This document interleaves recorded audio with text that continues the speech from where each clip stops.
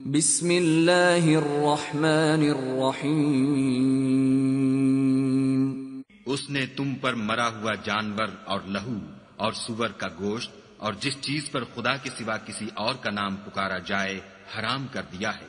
ہاں، جو ناچار ہو جائے بشرطے کہ خدا کی نافرمانی نہ کرے اور حد ضرورت سے باہر نہ نکل جائے، اس پر کچھ گناہ نہیں۔ بے شک خدا بخشنے والا اور رحم کرنے والا ہے۔ اور تم سے حیض کے بارے میں دریافت کرتے ہیں، کہہ دو وہ تو نجاست ہے، سو ایام حیض میں عورتوں سے کنارہ کش رہو، اور جب تک پاک نہ ہو جائیں ان سے مقاربت نہ کرو۔ ہاں، جب پاک ہو جائیں تو جس طریق سے خدا نے تمہیں ارشاد فرمایا ہے ان کے پاس جاؤ۔ کچھ شک نہیں کہ خدا توبہ کرنے والوں اور پاک صاف رہنے والوں کو دوست رکھتا ہے۔ مومنو، جب تم نشے کی حالت میں ہو تو جب تک ان الفاظ کو جو منہ سے کہو سمجھنے نہ لگو نماز کے پاس نہ جاؤ، اور جنابت کی حالت میں بھی نماز کے پاس نہ جاؤ جب تک کہ غسل نہ کر لو۔ ہاں، اگر بحالت سفر رستے چلے جا رہے ہو اور پانی نہ ملنے کے سبب غسل نہ کر سکو تو تیمم کر کے نماز پڑھ لو۔ اور اگر تم بیمار ہو یا سفر میں ہو یا تم میں سے کوئی بیت الخلا سے ہو کر آیا ہو یا تم عورتوں سے ہم بستر ہوئے ہو اور تمہیں پانی نہ ملے تو پاک مٹی لو اور منہ اور ہاتھوں کا مسح کر کے تیمم کر لو۔ بے شک خدا معاف کرنے والا اور بخشنے والا ہے۔ مومنو، جب تم نماز پڑھنے کا قصد کیا کرو تو منہ اور کونیوں تک ہاتھ دھو لیا کرو اور سر کا مسح کر لیا کرو اور ٹخنوں تک پاؤں دھو لیا کرو، اور اگر نہانے کی حاجت ہو تو نہا کر پاک ہو جایا کرو۔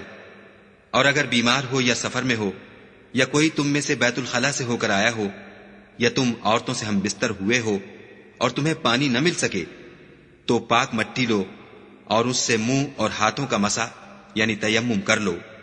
خدا تم پر کسی طرح کی تنگی نہیں کرنا چاہتا، بلکہ یہ چاہتا ہے کہ تمہیں پاک کرے اور اپنی نعمتیں تم پر پوری کرے تاکہ تم شکر کرو۔ کہو کہ جو احکام مجھ پر نازل ہوئے ہیں میں ان میں کوئی چیز جسے کھانے والا کھائے حرام نہیں پاتا، بجز اس کے کہ وہ مرا ہوا جانور ہو یا بہتا لہو یا سور کا گوشت، کہ یہ سب ناپاک ہیں، یا کوئی گناہ کی چیز ہو کہ اس پر خدا کے سوا کسی اور کا نام لیا گیا ہو۔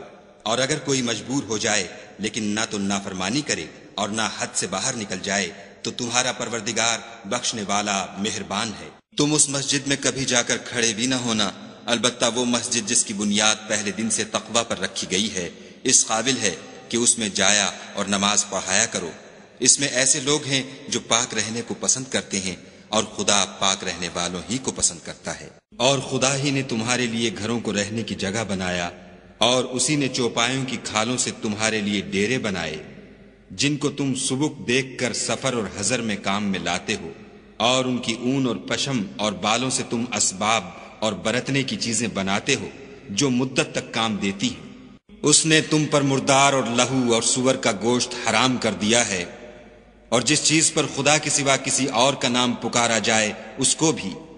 ہاں، اگر کوئی ناچار ہو جائے تو بشرطے کہ گناہ کرنے والا نہ ہو اور نہ حد سے نکلنے والا، تو خدا بخشنے والا مہربان ہے۔